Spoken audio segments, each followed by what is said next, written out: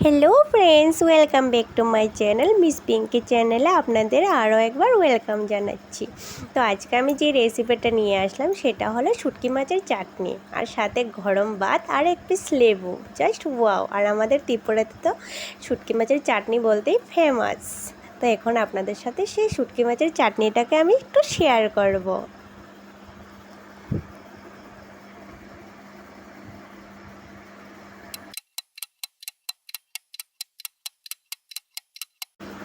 তো সেই শুটকি মাছের চাটনি বানানোর জন্য আমার লাগছে পেঁয়াজ কুচি, রসুন কুচি আর শুটকি মাছ আর ধনেপাতা কুচি।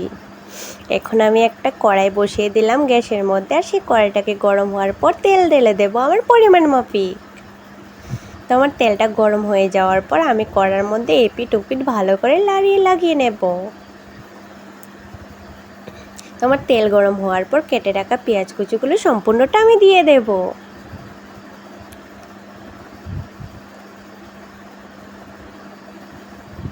তো সম্পূর্ণ পেঁয়াজ কুচি দেওয়ার পর আমি ভালো করে পেঁয়াজগুলোকে এপিট উপিট লাড়িয়ে ব্রাউন কালারের রূপে সেই পেঁয়াজগুলোকে নিয়ে আসব। তো ব্রাউন কালার হওয়ার পর আমি সেটার মধ্যে কেটে রাখা রসুন কুচিগুলো দিয়ে দেব। সেই রসুন কুচিগুলোকে আমি একটু ভালো করে নাড়িয়ে লাল লাল করে ভেজে নেব।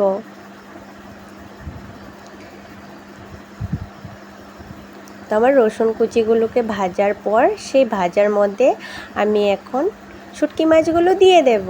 তো শুটকি মাছগুলোকে ভালো করে নাড়িয়ে ভেঙে গুঁড়ো গুঁড়ো করে সে পেঁয়াজের সাথে রসুনের সাথে মিক্সড করে নেব।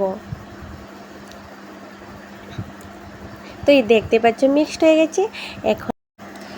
এখন আমি দিয়ে দেব হলুদ গুঁড়ো পরিমাণ মতো, তারপরে দিয়ে দেব কাশ্মীরি লঙ্কার গুঁড়ো। এতে লঙ্কার পরিমাণটা আমি একটু বেশি দেবো, কারণ কি সেই চাটনিটা একটু ঝাল ঝাল খেতে খুব ভালো লাগে। তা আমি আমার পরিমাণ মতো ঝাল দিয়ে দিলাম, তোমরা যার যার মর্জিতে দিতে পারো। তো এখন আমি দিয়ে দেব স্বাদ মতো নুন। তারপর আমি খানিকক্ষণ সেটাকে ভালো করে ভেজে একদম লাড়িয়ে সেটাকে ভালো করে ওপিট ওপিট লাগিয়ে নেব সেই মশলার গুঁড়োগুলো। তারপর পরিমাণ মাফিক একটু জল দিয়ে তারপর আবার একটু নাড়াচাড়া করে মিক্সড করে নিয়ে নেব। তারপর এখন আমি ঢাকনা দিয়ে কিছুক্ষণের জন্য সেই চাটনিটাকে জলটা শুকোনোর জন্য ছেড়ে দেব।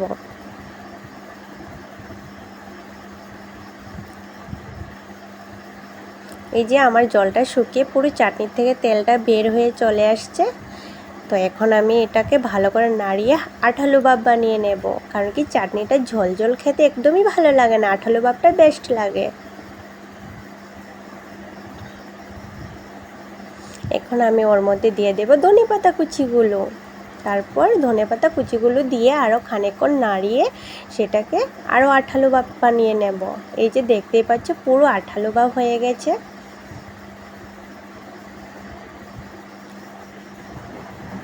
দেখতেই তো মুখে জল এসে যাচ্ছে, তোমরা কি বলো?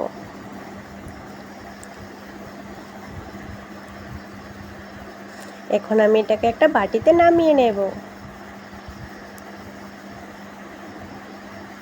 দেখতেই পাচ্ছ কত লোভনীয় হচ্ছে আমার চাটনিটা। তারপর গরম ভাতের সাথে সেই চাটনি আর এক টুকরো লেবু নিয়ে যখন ভাতটাকে মেখে জাস্ট মুখে দেবে, জাস্ট ওয়াও!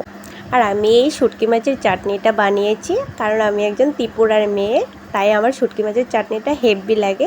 আর তোমরা কে কোথায় থেকে এই ভিডিওটা দেখছো প্লিজ কমেন্ট বক্সে তোমাদের নামটা বলে যাবে। আর আমার এই রেসিপিটা তোমাদের কেমন লাগলো সেটাও বলতে ভুলবে না। টাটা।